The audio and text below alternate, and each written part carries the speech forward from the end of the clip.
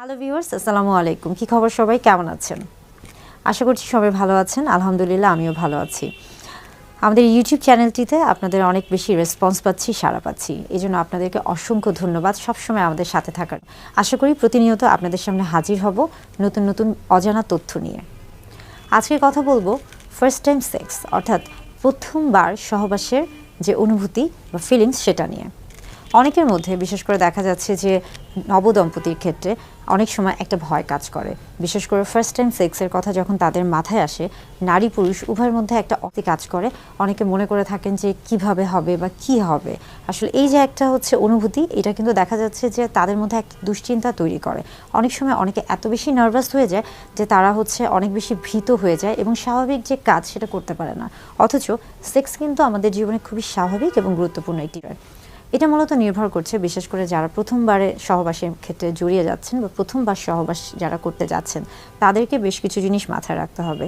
যে প্রথমবার সহবাসের ক্ষেত্রে কিন্তু বিষয়টা নিয়ে কখনোই অতিরিক্ত চিন্তা করা যাবে না যে আসলে কি হবে বা কি হবে না, বা কোনটার পর কি হবে বা আমি কিভাবে কি করব, প্রসেস, এই যে স্টেপ বাই স্টেপ চিন্তা করা, এই যে অতিরিক্ত চিন্তা, এটা কিন্তু সময় দুশ্চিন্তার কারণ হয়ে যায়। তাই এই বিষয়টা নিয়ে কিন্তু অতিরিক্ত চিন্তা বা দুশ্চিন্তা করা যাবে না, এটাকে খুবই স্বাভাবিকভাবে নিতে হবে।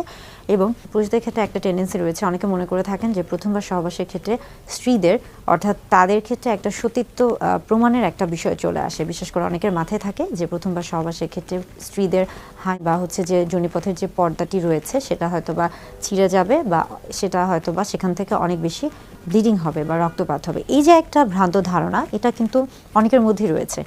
তো মূলত দেখা যায় যে প্রথমবার সহবাসের ক্ষেত্রেই কিন্তু বেশিরভাগের ক্ষেত্রেই কিন্তু এই যে হাইমেন ছিঁড়ে যাওয়া বা ভার্জিনিটি লস হয়ে যাওয়া, এই যে শব্দগুলো রয়েছে, এই জিনিসটা আসলে প্রযোজ্য নয়।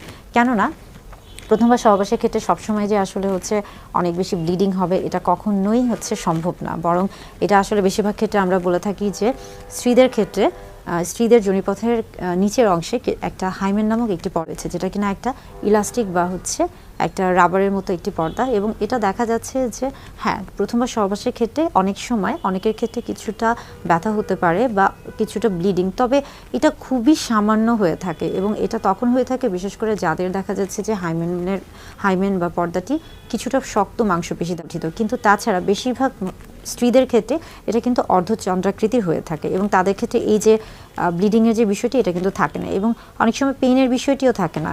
তাই সবার ক্ষেত্রেই যে প্রথমবার সহবাসের ক্ষেত্রে, বিশেষ করে নারীদের ক্ষেত্রে প্রথমবার সহবাসের ক্ষেত্রে প্রত্যেকবারই বা প্রথমবার যে অনেক বেশি রক্তপাত হবে এবং ব্যথা হবে, বা এই যে হাইমেন ছিঁড়ে যাওয়ার যে একটা ব্যাপার থাকে, এগুলো কিন্তু সঠিক নয়। আবার পুরুষদের ক্ষেত্রেও দেখা যাচ্ছে যে পুরুষরা অনেক সময় ভয়ে থাকেন যে তিনি পারবেন কি না, বা কিভাবে কি করবেন, বা কোথায় তিনি পেনিট্রেশন করবেন, এই যে বিষয়গুলো, এই প্রত্যেকটা জিনিস কিন্তু আসলে নারী পুরুষ উভয়ের ক্ষেত্রেই জানতে হবে।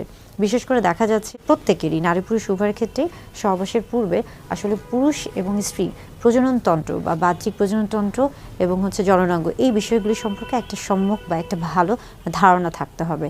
আমার কাছে এমনও অনেক রুগী এসেছে যারা নব দম্পতি বা বিবাহিত দম্পতি, অথচ তারা জানেই না যে কিভাবে সহবাস করতে হবে, বা এই যে পেনিট্রেশনের বিষয়টি, এটা তারা জানে না।